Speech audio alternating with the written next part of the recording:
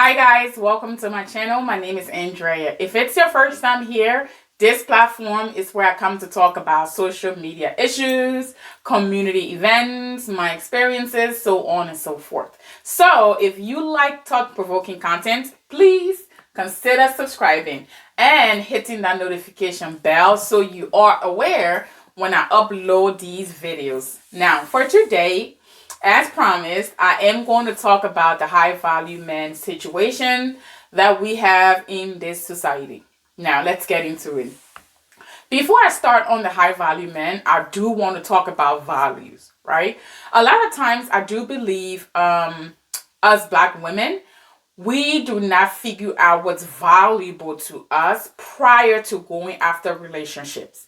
I think a lot of times when you hear black women say, oh, I want a high value man, they're mainly basing their needs or what they are going for on what society deems valuable, on what they think they need for security or protection per society description, right? For example, me, when I started dating, I had to figure out what's valuable to me.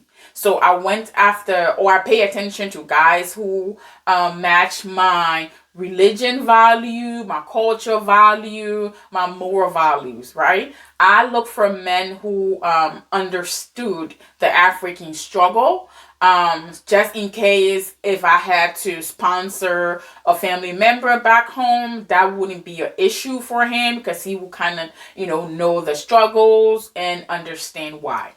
Once I figured out the men that had those values, then I went further, right? Then I started to look at drive. What did they want to do in the next 10 years? Where did they see themselves? Or are they driven? What kind of career path are they going for? So then I look for drives and aspirations. But first, I looked at value. And the reason I looked at value because I understood from my personal experiences, the people around me, that relationships and marriages are super, super hard.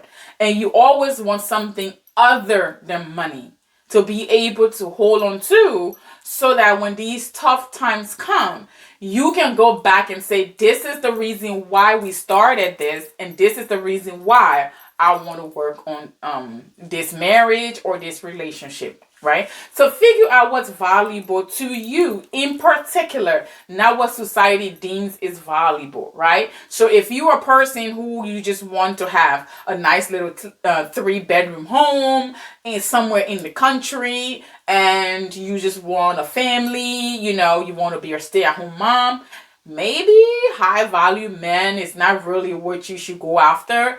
That's something someone who makes $80,000 can give you. That's something someone who makes $90,000 can give you. I mean, that depends on what kind of work they're doing. So you might want to kind of start figuring out what's valuable to you in particular per what society says. Now, once you figure that out, right, you have your value and you're like, no, I still want a high value man. I want to have this man who makes more than $100,000, right, a year. I want you guys to understand that there are two kinds of high value men. There is the high value man who's probably selling on Amazon, or he has a small business, or he's a trucker. But those kind of high value men tend to fly under the radar, right? You probably will see them in Walmart, white t-shirt and jeans. You probably walk past them every single day in life, and you would never get to realize it, right? Because they're not out here, they're not driving the Lamborghinis, they probably drive a Honda. But yeah, those are also high value men, but they are in a different category, right? They're not living that high lifestyle. So then there are the high value men that society talks about. The lawyers, the doctors, the politicians, the famous people, whatever. Those men are on the higher end of high value sometimes. I mean, I guess it depends on what kind of job you have, right? Because you could be a lawyer and and start off with like $100,000 and still be high value, even though you are on the lower end. So it depends. But those more famous people that people look for when looking for high value men, they tend to be the men who are going to these high functioning parties, these galleries where they are meeting celebrities, politicians, stuff like that, right? So those are the two kinds of high value men: the guy who flies under the radar but he has the money, and the guy who's in society phase but he also has the money. Now, I want you to understand that those two lifestyles are distinct. The man who falls under the radar, right? That man, he most likely will pick a everyday woman. He most likely will pick a woman with those childbearing hips. He most likely will. He probably himself is not really into fitness. He's more open to an everyday traditional woman. Feminine, cute, hot, sexy, but he most likely will be open to dating a regular woman, right? And the high value men that society talks about, those men probably will be looking at the 8s, the 9s, and the 10s. They probably will they'll have so much competition. They will have these women who are like perfect, they're fit, they're sexy, they're cute. They tend to be picking women that are super attractive, right? Women who they can take to society, take to these high functioning parties and be proud of. And I'm not saying that every woman is like that, because every woman, I believe, can work very hard, lose those extra pounds, get you some Botox, whatever you need to do, you can.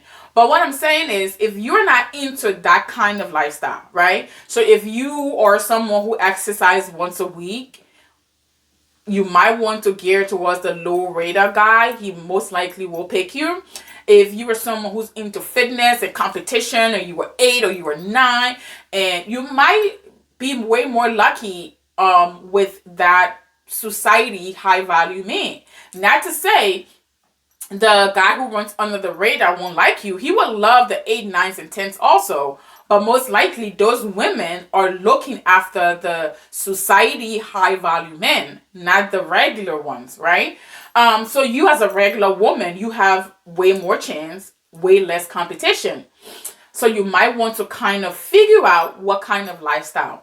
Me personally, if I was to go after a high value man, I probably will take type A, the one who flies under the radar, just because, yes, I love to be made up, I love to get dressed, I love to go to functions, but I don't like to be made up 24 hours. I don't like to wear high heels in my house. I don't want to be throwing lavish parties and trying to be perfect and, smelling cake instead of eating cake. I don't want to be out there in society, have people chase me for pictures. That kind of lifestyle really does not appeal to me. So knowing that and knowing my value, if I was to go after a high value man, that's the route I will go down, knowing that I have a way better chance. Another thing I wanted to point out, after you figure out your value, you figure out what kind of lifestyle, then you go after those kind of men. But another thing is the age difference. Now, I will say a lot of us black women, we do have advantage when it comes to age, because we don't age like that. Okay. So a lot of times I will hear YouTubers say things like, oh, once you hit 28 to 35, your playing field decreases.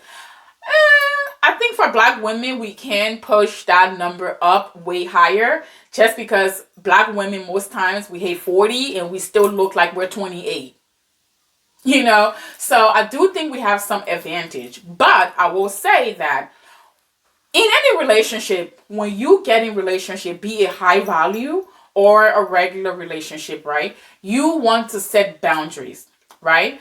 And setting boundaries, it also comes with being able to walk away. Because if you set a boundary and you don't walk away when it's crossed, that person knows they have you. Like, they can walk all over you, right? So setting boundary would be like, if you get in this relationship and you are like, if I text you You have to respond within 24 hours. You cannot respond 6 days later and be like, oh, my dog swallowed my phone, right? That's a boundary. Now, if that person crosses that boundary, you have to be able to walk away.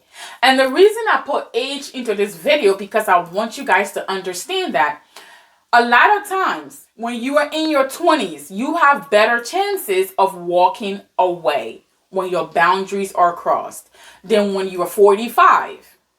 Because like it or not, your chances are decreasing. Okay? And the older you get, you should edit your resume when it comes to men. And I say edit your resume because that's the best phrase I can think about. When you're in your 20s and you're like, I want a high value man that, he's a lawyer or doctor or whatever, and he needs to be 6'1" or 6'2". I need a 6-pack. When you hit 30 and 35, maybe you want to decrease the 6'1" to 5'7". You want to take away the 6-pack. If he doesn't have a big belly, he's eligible.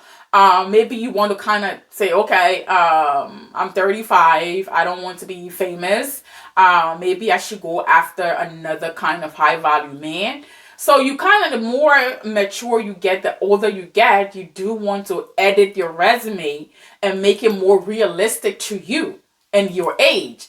Because women, gravity is going to take control. Even though black women have advantage, gravity still takes control. So to summarize this video, right? Before you get in this relationship, know what's valuable to you. Then once you figure that out, understand that there are two kinds of high value men. What kind of lifestyle do you want to live? Then find a high value man who fits that lifestyle. The older you get, you do want to edit your resume for men because your chances are going low and you don't have as much time as you had when you were in your 20s. Now, I'm going to stop here. You guys tell me what you think in the comment section. Please consider subscribing and I will see you guys in my next video.